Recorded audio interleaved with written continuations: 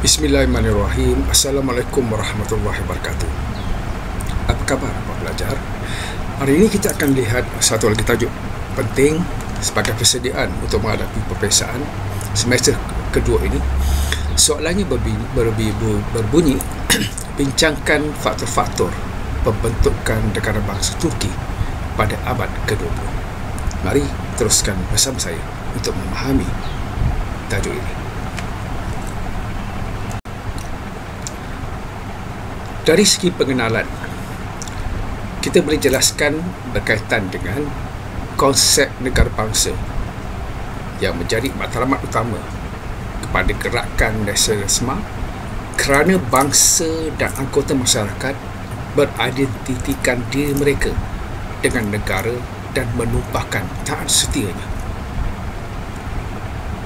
Kedua, kita boleh menjelaskan tentang pembinaan negara bangsa Turki ini bermula apabila rakyat semakin dipengaruhi dengan idea-idea baru.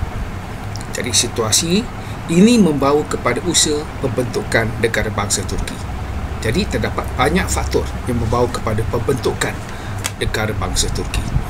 Ini kalau kita nak melihat kepada soalan ini, mungkin soalan juga boleh ditanya berkaitan dengan pembentukan negara bangsa ini, iaitu dari segi faktor dalaman, faktor luaran. Ada dua saja, iaitu faktor dalaman, faktor dalam yang berlaku dalam negara Turki itu sendiri. Faktor keluaran adalah pengaruh-pengaruh luar yang berlaku di luar daripada Turki. Dan kalau kita lihat dari segi tugasan, kalau soalan itu berbentuk bincangkan faktor-faktor, kita berikan semua faktor. Soalan itu akan bincangkan faktor dalaman. Jadi kita hanya memberikan faktor dalaman saja. Kalau soalan itu kata huraikan faktor luaran, kita hanya huraikan faktor luaran yang mempengaruhi pembentukan negara bangsa Turki. Tetapi jika soalan itu tugasannya sejauh manakah faktor ataupun kelemahan sultan ataupun kelemahan khalifah menjadi faktor utama kepada pembentukan negara bangsa Turki, maksudnya ada faktor lain. Itu adalah soalan sejauh mana. Jadi beberapa kemungkinan kita boleh lihat daripada tajuk faktor pembentukan negara bangsa Turki ini. Soalan itu boleh dilihat daripada pelbagai bentuk, tetapi isinya sama saja pelajar. Sama ada faktor dalaman, faktor luaran ataupun faktor-faktor yang akan dijelaskan selepas ini. Faktor pertama yang membawa kepada pembentukan negara bangsa Turki adalah kelemahan khalifah. Khalifah pada waktu itu dianggap lemah disebabkan oleh beberapa perkara. Pada masa yang sama, khalifah juga cuba untuk mengembalikan semula kegemilangan Empire Turki Osmania. Kalau kita lihat, khalifah ini merupakan pemerintah atau sultan di negara Turki. Jadi kekuasaan mutlak Sultan Turki semakin bertambah apabila Sultan Mahmud II menubuhkan pasukan tentera yang baru dipanggil Mu'alim Eskenci. Tentera ini menggantikan pasukan tentera elit sebelum ini, iaitu Janasari. Jadi pembubaran ke atas tentera Janasari ini sebenarnya telah semakin melemahkan pengaruh dan kuasa Khalifah Turki Osmania. Jadi perjuangan yang pada mulanya untuk menentang kemarahan percubaan barat untuk menguasai Turki ataupun Empire Osmania telah bertukar kepada matlamat perjuangan untuk menjatuhkan khalifah. Ini adalah disebabkan oleh kedudukan dan keadaan khalifah yang lemah dan kerajaan dalam dilihat dari segi ketidakupayaan khalifah untuk menangani kuasa barat. Menghalang kemarahan kuasa barat yang tidak dapat menandingi kuasa-kuasa barat dari segi teknologi dan sebagainya. Kelemahan sultan ini semakin jelas apabila sultan dilihat tunduk kepada tekanan kuasa barat, seperti melaksanakan tanzimat mengikut ajaran barat, menepikan perlembagaan undang-undang Islam tapi membawa masuk undang-undang barat. Situasi ini menyebabkan kebangkitan kesedaran di kalangan rakyat untuk membentuk satu identiti baru negara Turki. Ini adalah faktor pertama yang menunjukkan kelemahan khalifah yang menjadi faktor kepada pembentukan negara bangsa Turki. Faktor kedua yang membawa kepada pembentukan negara bangsa Turki disebabkan oleh pengaruh wanita dalam pemerintahan. Sultan Turki pada waktu itu dilihat dikuasai oleh isteri atau ibu mereka, terutamanya dari segi waris takhta. Jadi berlaku masalah rebutan kuasa dalam pelantikan ataupun mewarisi takhta pemerintahan. Ini menyebabkan ketidakstabilan politik dan berlaku kebincangan kerana mereka tidak menggunakan sistem syurah seperti yang diamalkan oleh khalifah-khalifah sebelum ini. Jadi pemilihan sultan hanya berdasarkan kepada kekuatan dalam pengaruh istana dan bukannya berdasarkan kelebihan ataupun bakat kepimpinan individu tersebut. Kelemahan pemimpin ini menyebabkan pentadbiran dikuasai oleh wanita.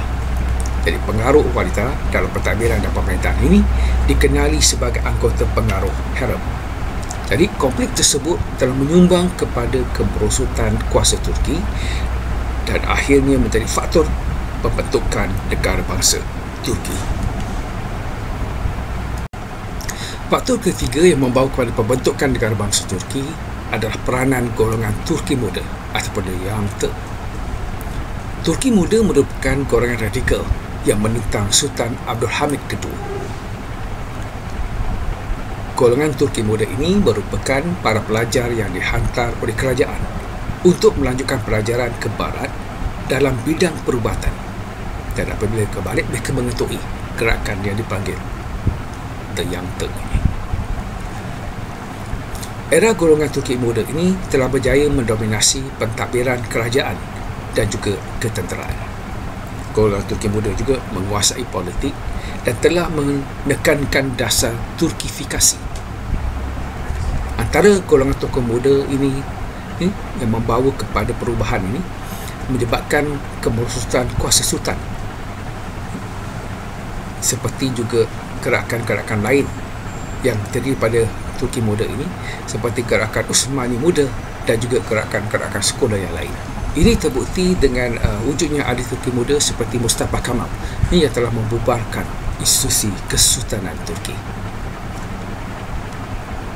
Jadi dasar Turkifikasi diperkenalkan. Ini bertujuan untuk merealisasikan atau sebagai satu tindak balas ataupun reaksi kepada penentangan dan pemberontakan penduduk Kristian dan Yahudi yang terdapat di Turki. Jadi mereka telah memperjuangkan dasar Turkifikasi oleh golongan Turki muda ini sebagai satu proses untuk mempercepatkan pembentukan negara bangsa Turki. Maksudnya Turki hanya untuk orang Turki. Satu lagi faktor penting, itu faktor keempat yang membawa kepada pembentukan negara bangsa Turki, adalah gerakan nasionalisme Turki. Dasar imperialisme barat telah memberi kesan kepada pemikiran rakyat Turki. Ini telah melahirkan dan munculnya semangat nasionalisme dan juga sekularisme. Misalnya daripada Revolusi Perancis 1789 telah mempengaruhi gerakan pembentukan negara bangsa Turki. Hal ini kerana ekoran daripada timbulnya fahaman mengenai persamaan status ataupun taraf dan kemerdekaan dalam kalangan penduduk bukan Islam. Gerakan modernisasi negara melalui panturanisme telah menyebabkan kebangkitan gerakan nasional ini. Turki menjadikan identiti bangsa bahkan juga identiti politik. Jadi prinsip sekularisme sebagai asas kepada permodernan Turki dan seterusnya telah melemahkan pengaruh Islam. Jadi berlaku perubahan dalam segi penglibatan dalam bidang sosial, politik ini dalam usaha membentuk satu identiti yang baru yang moden dan bersifat sekular. Jadi pengaruh panturisme ini dalam gerakan nasional di Turki telah menjadi sebab penting kepada wujudnya apa yang dikatakan sebagai negara bangsa Turki.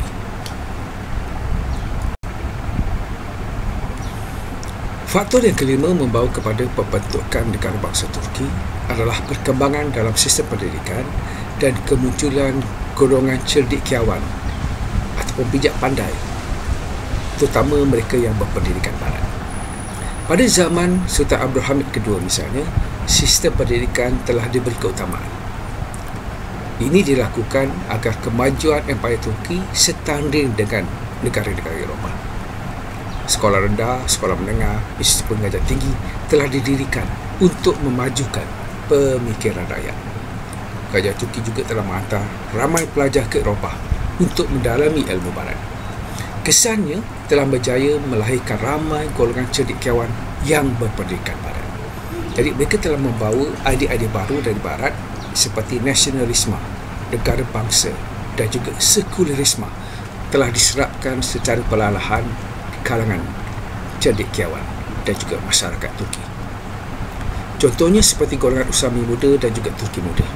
Jadi konsep negara bangsa merupakan kesan daripada pahaman kebangsaan moden yang diperjuangkan oleh golongan terpelajar. Kesan daripada ini telah membawa kepada keruntuhan Empayar Osmania dan tertubuhnya sebuah negara bangsa Turki. Faktor yang keenam ialah kemajuan sistem komunikasi dan perhubungan juga menjadi faktor yang membawa kepada pembentukan negara bangsa Turki. Khalifah turut memberi peluang dan memberi perhatian yang serius dalam membangunkan bidang pengangkutan dan telekomunikasi. Sultan Abdul Hamid II telah melancarkan projek landasan kereta api Hijaz, di mana kemudahan landasan kereta api ini dan sistem telegraf disediakan di seluruh Empayar Turki. Ini projek Hijaz ini telah menghubungkan bandar Istanbul dengan kota Madinah. Jadi projek landasan kereta api Hijaz ini mempunyai kaitan dengan dasar pan-Islamis. Selain daripada itu, wujud juga Kementerian Telegraf yang bertanggungjawab untuk menjayakan projek telegraf. Kesannya, kemajuan sistem pengangkutan dan komunikasi ini telah menyalurkan maklumat-maklumat penting dengan lebih cepat dan seterusnya. Ini membawa kepada lahirnya negara bangsa Turki. Jadi kemajuan ini mampu merealisasikan dasar pan-rasmi pan-Islamis yang diperjuangkan oleh Sultan. Sebagai penutup, kesimpulan daripada esei ini, kita boleh membuat beberapa perkara. Pertama, kesimpulannya ialah pelbagai faktor yang menyebabkan wujudnya ataupun menjadi sebab kepada pembentukan negara bangsa Turki. Antaranya seperti faktor kelemahan Khalifah sendiri, gerakan nasionalis Turki serta kemajuan dalam bidang komunikasi dan juga pengangkutan ataupun perhubungan. Faktor-faktor ini telah berjaya mempengaruhi pembentukan negara bangsa Turki yang berdaulat. Okay, dan seterusnya ini menjadikan Turki sebuah republik, iaitu Republik Turki. Okay, saya pelajar, kita jumpa lagi. Selamat ulang kaji. Semoga semua bersedia untuk menghadiri peperiksaan semester 2. Dan itu akan bersama saya untuk ulang kaji secara ringkas, secara mudah dalam beberapa siri peperiksaan. Jumpa lagi. Terima kasih.